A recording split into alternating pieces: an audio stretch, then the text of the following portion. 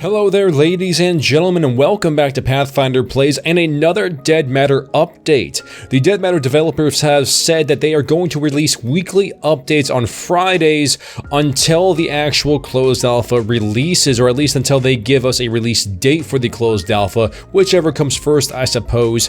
But this is the second one. Let's dig in. First off, they say, hey survivors, continuing our promise to post weekly updates leading up to the closed alpha. Stopping right there, they are sure to point out that they are keeping their promise because there are many people who would call them out saying that they have broken promises in the past for all of the proposed delays estimates. So whether or not you agree with that, they are pointing out that they are keeping their promises here. Continuing on, they want to thank backers, they want to thank communities, they want to thank all the people who have supported them on all different platforms and that they appreciate us and our patience, understandably, and they once again say anything shown in this blog or vlogs is a work in progress. Of course, anything is subject to change. This game isn't even stinking released yet. It's pre-closed alpha. So they are still working to clear the issues that are stalling the release of the closed alpha, but they are using the time to polish features and assets, which I think we would all assume that they would in fact do. There was some people who were saying that they were just labeling this as a way to get more time to polish features and assets, but that doesn't necessarily make sense to me because they haven't cared to mask why they have delayed before. There's no reason for them to start doing that now.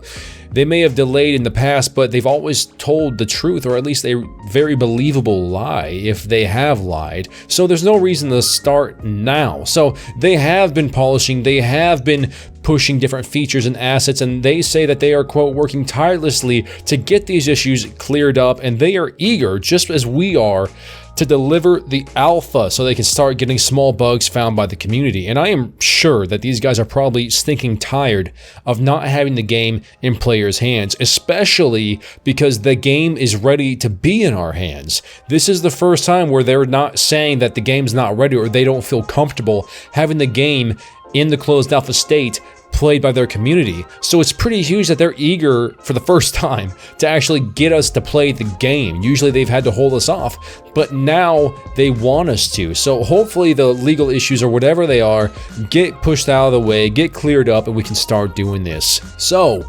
development-wise, Kyle has been working on vehicle optimizations, clocks working based on in-game time, which will be very, very important, working gas pumps, working with necessary menus so players can fill containers from the pumps, which is super exciting, and a variety of vehicle colors, and getting the electricity system up and running again. These are all very important things that will give huge gameplay advantages to the players. We're talking about being able to bring gas to broken down vehicles. We're talking about shutting down and booting up electrical systems. These are things that are going to very heavily affect the life and livelihood of your in-game characters. So it's really great that they're actually starting to make some headway on that. And then here we actually see a video of a grandfather clock style clock, and we have one that you would put up in maybe a pub or something like that. They're all working fantastic, and as the clocks are moving, you see that the time of day is moving with it. So this is actually really, really cool, because if you don't know what time it is, or you want to know whenever the sun is going to set or rise, or plan or strategize in some way for a base raid, now you can. And once again here, we see him outside of the establishment, and there's an electrical box outside. He can turn it on or off. You see the exit signs are illuminating, the fire alarm is going off, lights are blinking on the fire alarms. The only thing missing right now for me would be the sprinkler system, assuming there would be one in an establishment like that, but it's looking really good. They do say that, note, turning off power for most buildings, especially player-claimed buildings, will not be this simple. This video is only showcasing the functionality, and that is something very, very important. So what it's going to entail to turn power off or on, we don't know, but it is good that it's not that simple. Could you imagine being a player in a base, wanting to defend your base, and all the attackers had to do was go find the nearest electrical box and flip it off, and you lose all power? That would be absolutely terrifying. That would be terrible. So it's good that it's not that simple. Here we have all the different well, not all the different vehicles, but a plethora of vehicle colors on different kinds of vehicles, and it looks pretty good. You got some gold, black, white, off-white, yellow, red, poopy brown, black. I mean, it looks all great, man. It looks all good. Gunslinger has been working with Riz and Kyle on the campfire crafting and maintenance systems, which is huge because a lot of people want to go out into the woods and just survive and be nomads. They don't want to have to deal with being KOS all the time, so they want to get a nice home away from home. And so here we see a log, we got some physics with that. We have the log actually turned into just a couple of planks whenever you have the right tool equipped. So that's actually really, really cool to me that it's that simple. Whereas in DayZ, you'll have to go to the actual piles of lumber with the correct tools and do it there. You can do it right where you're at, and I really appreciate that. Going back on down, you see a campfire kit in the inventory. He breaks it down and you have leaves, sticks, and stones. So that's what's required to make your campfire. You drag one into the other one and there it is. It's that simple to do it on the go. Very enjoyable to watch.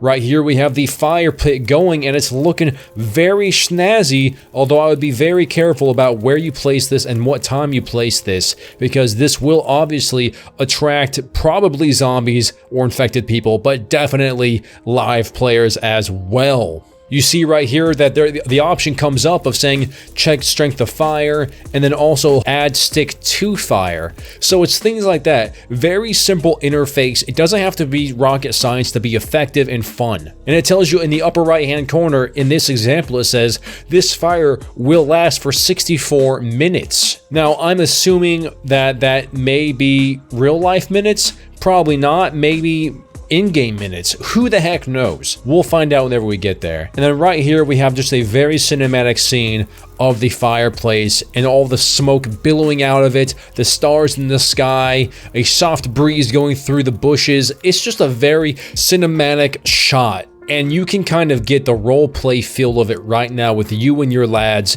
or your gals in the woods, hunting and living off the land. This is the kind of scenery that people want. And then they say, here is a time lapse of the campfire burning out.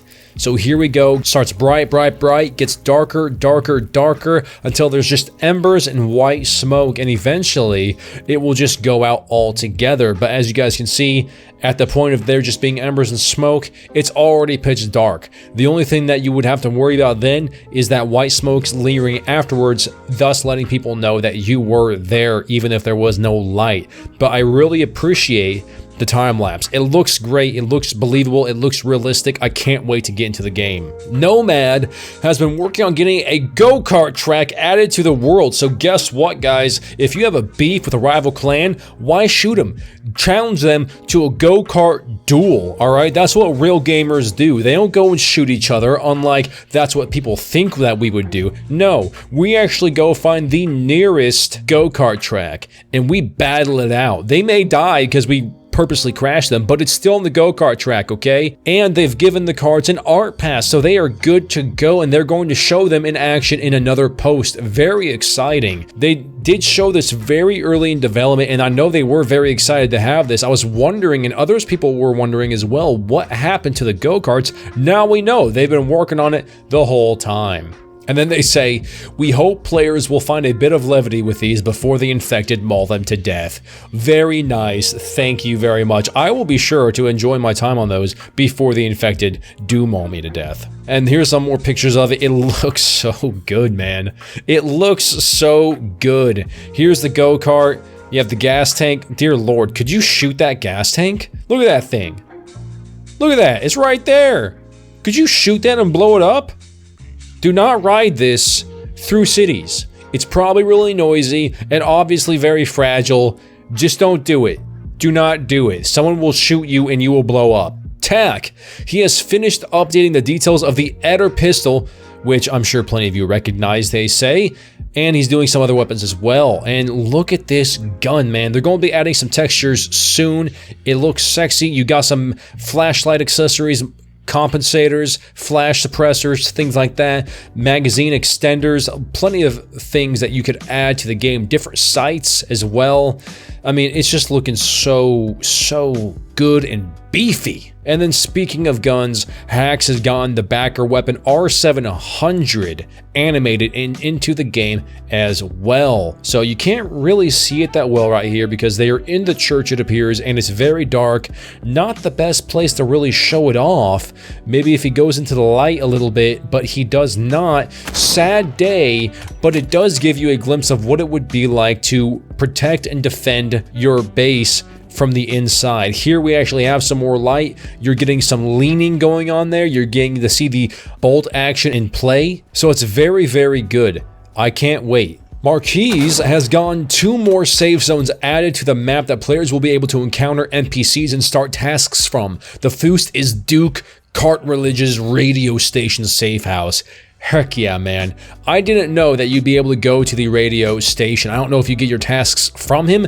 I would assume that you do, but that is super exciting if true. I don't know how many safe zones there are, but the fact that he says 2 more obviously implies there's more beforehand. Who knows how many there are, how big they are, but I'm just really pumped and excited to be able to do some missions along with explore the world and encounter with players. So the first place is going to be the radio station. The second place is the Dominion storage facility, and it's going to be fantastic, man. I want to know if we can buy that little mini Gatling gun going on down there, man. That looks dope. But you see it illuminated at night. You see that people have made homes inside of the individual storage compartments, which is super neat and cool. And that's going to be about it for this update, guys. They say that wraps up this development update. They want to thank us for all of our support and feedback and chatting with everybody. So once again, guys, this is the end of the video. What are your thoughts on what they have shown in this weekly update? It's actually pretty huge, seeing what has been given a polish pass, and it's breathtaking. The screenshots are breathtaking. The gameplay footage that they're showing is breathtaking. I can't wait. I want to get into it. I know I can't make videos about the closed alpha, but man, I just want to play the game. I want to play a game that I'm hooked to. I want to feel that connection again with a video game. I haven't felt that in a long time. So what are your guys' thoughts on this? Leave them in the comment section below. Join my Discord if you really want to, and follow my other socials. They are in the description below. And if you guys like scares, survival, and scavenging, consider hitting that subscribe button, hitting that like and share button, and I will see you guys in the next one. Path out.